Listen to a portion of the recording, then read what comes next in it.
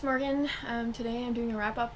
I haven't done any this year, but I only read 9 books from January through August, so I'm doing that wrap-up. I did read 8 books in September, and in October so far I've already read 6, so I'm doing the rest of the year individually because I've been reading a lot more. I fell into a pretty bad slump in February, and yeah, so I didn't read very much. Yeah, I read a couple of short books, actually pretty much all short books, but yeah, I don't have all of the copies. There's 3 books that I don't actually own, so I'll just show a picture, but the book I read in January is called Vigilante Nights by Erin Richards. I liked this book. I gave it 3 stars. It's about twins and a brother and sister, and the sister dies. I think she dies in a car accident, and it was her brother took her to the mall because she needed to buy a new phone, and they were driving back in the dark, and this gang came out of, like, they stopped at a stoplight, and these people surrounded their car, and they were beating on the car and yelling at them, and the brother and the sister were obviously freaking out, and so he's trying to kind of drive through them without hitting somebody, and they ended up in the middle of an intersection and were T-boned, I believe, and his sister died. And so this is kind of about him going after the people he feels like are responsible for her death. And I thought it was pretty interesting. Like, he can kind of has a connection with his sister because they're twins. I actually have twin brothers and a twin aunt and uncle. We have twins in our family, all fraternal, but they don't have the same kind of connection like this, but I mean, none of them have died. I know Carrie and Forrest have a special connection because my uncle was in a skiing accident when he was 11, and he has a traumatic brain injury, and Carrie says she knew something was wrong.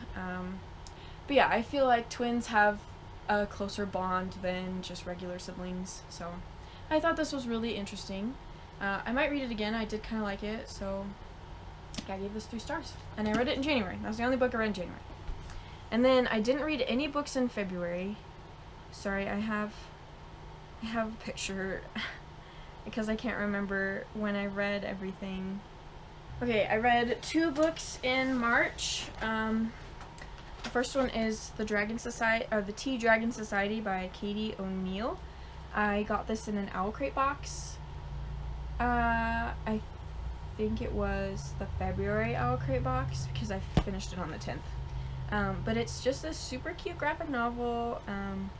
Like, the illustrations are really pretty, and it's about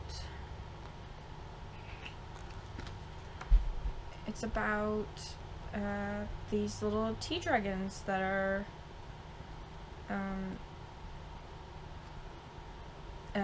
it's like, I don't know how to explain this, I guess.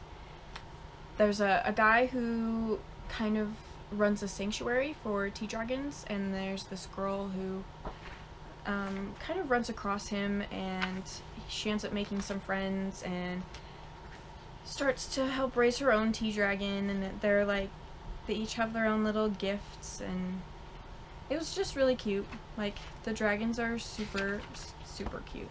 Like, here's a couple of the dragons. I really like this one. It's really cute. But yeah, that was really good. I gave it 3 stars. I liked the art in it, and yeah, it was just really cute. So yeah, I read that in March. And then the second book I read in March I don't have, but here's a picture. It's called Beneath a Scarlet Sky by Mark Sullivan. I read this for book club, and I read part of it, but I couldn't really get into it, so I ended up buying the audiobook, and I really liked it. I gave it 5 stars. It's based on a true story, but it's a novel, so I don't know exactly how much of it's true, but it's about a kid. I can't remember his name. I believe he's from Italy, and it was during World War II, and they had German soldiers. It's a World War II book, and they had all these German soldiers, and when you hit a certain age, you were conscripted, and he ends up through a lot of like a process. He ends up becoming the driver for Hitler's right-hand guy, and he ends up being a spy at the same time for, I can't remember, it's been a while, but it was really good. And he's the driver for this guy, and I liked how a lot of it was, there was a specific chapter where he's driving him through this village, and the German soldiers are taking all of these crops from the farm families, and the kid is upset because they're stealing the food from his people, and the other guy, what was his name? I can't remember his name. He said, well, he said, you guys are monsters, people hate you because you're taking food from us. And the other guy was like, well, my people think I'm a hero because I'm feeding them. So like, it's all about perception and which side of the war you're on, and even if you're not part of the war, like especially civilians who aren't in war zones and they just hear about it from people, they don't actually know how bad it is and what it's like. And I thought it was really good. It was long, and I'm not sure about all of the events, if they were actually historical, because he did say that he filled in a lot of the blanks. He did meet with the guy he wrote the book about several times to write the story, so I imagine most of the bigger events were pretty accurate. Like there are mass shootings in the center of town, and yeah, it was a brutal book, but it was good. And I don't really like World War II books because I always bawl my eyes out, and so I told the club, we can't read any more World War II. Well, I won't read any more World War II books. You guys can say you want to recommend one, but I won't read it because it's just too emotionally draining. But I did give that book 5 stars. I really liked it. And then those were the 2 books I read in March. And then I think I only read one in April. Oh, I did read one in April. And I also don't have this book.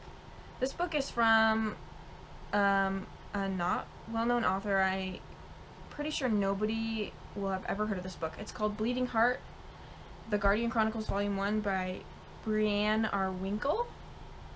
So one of the girls in my book club is friends with this girl. She wrote it in college, and it's about like vampires and angels and kind of supernatural creatures, and I gave it 3 stars. I liked the story, but I wanted it to be a bigger book. Like, it needed to be expanded a lot. Plus, it's volume 1, and she never wrote any other sequels or anything, and it's been like 3 or 4 years. But she had recommended it because one of her best friends had written it. I don't know exactly how to explain it. There's a girl. It kind of makes me think of Shadowhunters. Her mom disappears, and she ends up going to kind of like the Institute, where there's a few other people kind of like her that have different abilities, and they're training to go against this evil vampire. And I mean, I did kind of like the story. There were a lot of cool added elements to it, but it needed to be expanded a lot. Like, it felt like a rough draft kind of thing.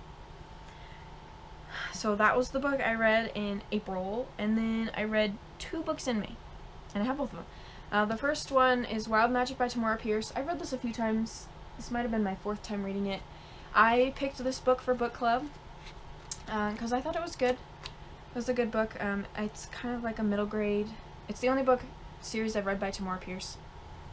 But it's about this girl named Dane, and she has wild magic, which basically she can communicate with animals, she can shapeshift, she can heal animals. It's like everything to do with animals, which at the time when I read it, I was in 6th grade. I love animals, and it was like the greatest book ever. But yeah, and so her family is killed, and I think she's 13 in the book, and she ends up becoming an assistant for, I don't even know what you'd call her. She takes care of horses for, like, the king's army, and she ends up traveling with a group of people across part of the country to the castle where they bring these new ponies for the recruits, and there's a dragon in it, and griffins, and spydrins, like these immortal creatures. It's really good. I like it. I think I gave it 3 stars this time around. Yeah, 3 stars. But yeah, good book. And then the other book I read in May is Ranger's Apprentice, The Ruins of Gorlan by John Flanagan. I actually didn't read this. I listened to it on audio, and I really liked the narrator.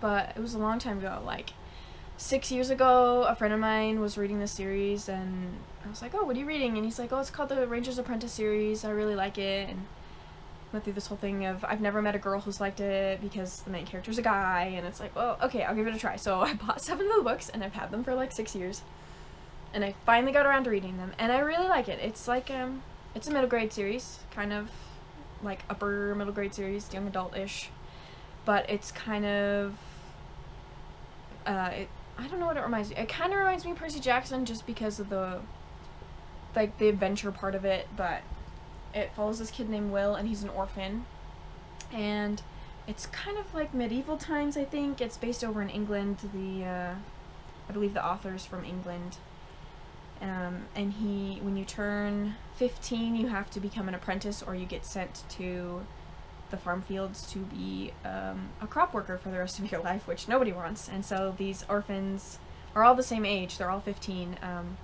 There was a war, and all of their parents were killed, and so yeah, they're all the same age, and they all have to pick like a master to teach them through their apprenticeship, and then they will be their own master. I'm really bad at explaining this. But anyway, Will wants to be a warrior because his father died a hero. He was basically left on the doorstep of, I think it's a duke or some kind of I don't know what you call him, but he takes in all the orphans from the people of his land area, and he was left with a note saying his name is Will and his father died a hero. So he thinks that his father was a warrior, and so that's what he has always wanted to become, but he's kind of scrawny, and he's really kind of small, and so he doesn't end up getting to be a warrior's apprentice. He becomes a ranger's apprentice, which there's 50 rangers in the kingdom, and each one has their own post and these 50 different little village areas in the kingdom. They're fiefs. And so he's being trained by Halt, who's kind of a grouchy old grumpy man, and yeah, so that's like what the first book is about. It's kind of about Morgareth is the evil guy in this series, and he was trying to overthrow the king 20 years prior. Maybe it was 16 years. I feel like it wasn't 20. And so this book is about his kind of beginning his apprenticeship and some of the adventures he goes on, and I really liked it. I will definitely finish the series. And there's a continuation of the series. I think it progresses through the series through Will, and like as he ages, like I think he's 15 in this book, and I think he's 16 in the second book, and so it like progresses. I think there's 12 books. 5, 6, 7, 8, 9, 10, 11. Maybe there's 11 books. But yeah, I really liked this book. Even though I only gave it 3 stars, but just because it's kind of a middle grade book, and it's my junk food. That's what I call these books. It's the junk food book. And then the other book I read, that's all I read in May. And then I read 3 books in August. So I skipped June and July. But the next book I actually finished was the second Ranger's Apprentice book, The Burning Bridge. And as you can see, this book is very water damaged. I like to read in the bath, and we have like a really big bathtub, and it has like big spots that you can put stuff on.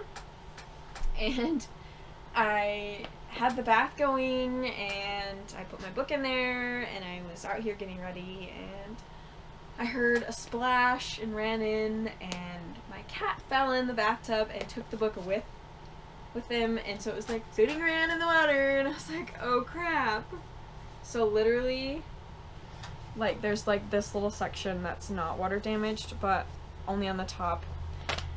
I decided to keep it because it shrank a little bit, and it actually is okay on my shelf, and I can still read it. I was like halfway through, I was really bummed that I didn't get to read it for a few days because I had to wait for it to dry. But yeah, this is just a continuation of the first one. I don't really want to say much about it because I don't want to spoil anything, but I really liked this one. I think I liked this one better than the first one, and it left with a major cliffhanger, and I still haven't read the third one yet, but I'm reading so many books right now, so yeah, hopefully I'll get to it. And then another book I read, I don't have, I borrowed it from a friend. I read Cinder by Marissa Meyer. So this is my first Marissa Meyer book, and I loved it. It was so good. I think I gave it 4 stars. Yeah, it was great. So basically, it's a retelling of Cinderella, and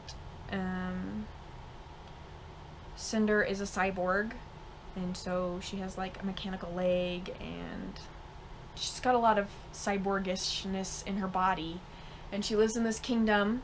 It's actually an empire. I think it's in China, but it's like in the future, so there's only like 6 countries that are still up and running, and there's lunars that live on the moon, and the Lunar Queen is the equivalent to the evil queen from Snow White. And it's a retelling. I don't really want to go too much detail. There's a plague, and people are dying, and there's a prince, and yeah, there's kind of a lot that happens in it, and it's really good, and I really liked it. It was great, and I haven't continued the series yet, but I have the second book on hold. I actually have the third book already because I got that first, and so I can't read it yet because I haven't read the second one. But yeah, and then the last book I read in August is And the Ocean Was Our Sky by Patrick Ness, and it's illustrated by Rovina Kai. So this is the second time I've read this book. I really like Patrick Ness. I've read this book, the Chaos Walking series, and More Than This, and I also bought We All Just Live Here. So I really like Patrick Ness, and this is like, I don't know if this is a graphic novel, but it does have, let me find, it does have pictures in it, and I love the illustrations. They're all in gray, and the only other colors, well, the only color is red, and I think it's really pretty. I guess there is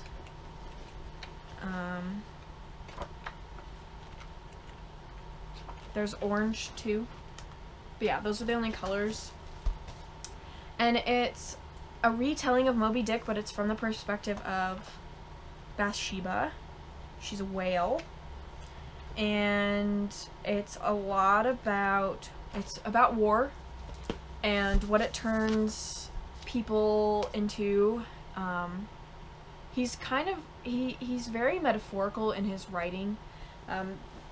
It was in the Chaos Walking series too. It was a lot about war and how it changes people, and whether you're directly connected to the war or whether you're a bystander just hearing about it, and kind of how it affects society. And so I really like this book. I think I gave it 4 stars again. Didn't quite get to the 5-star point. I saved that for super special books, but I do really like this book, and it was a quick read, and it just felt like I wasn't reading anything, and so I just decided to pick this up, and I think I read it in 2 sittings. But yeah, this is a great book. I do recommend this book. It's not for everybody. I know a lot of people don't like it, but I really liked it a lot, and I'll probably read it again. So those are the 9 books I read from January through August, and I feel like a failure, giant loser.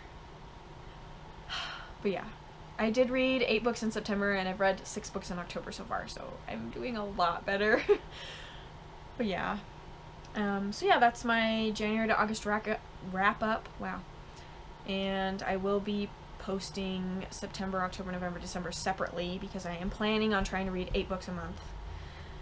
So yeah, I'm working on it, and I know I haven't posted videos in a while, and I'm working on that too, so I do apologize, but thank you for watching. I hope you enjoyed, and I hope to see you in my next video. Bye!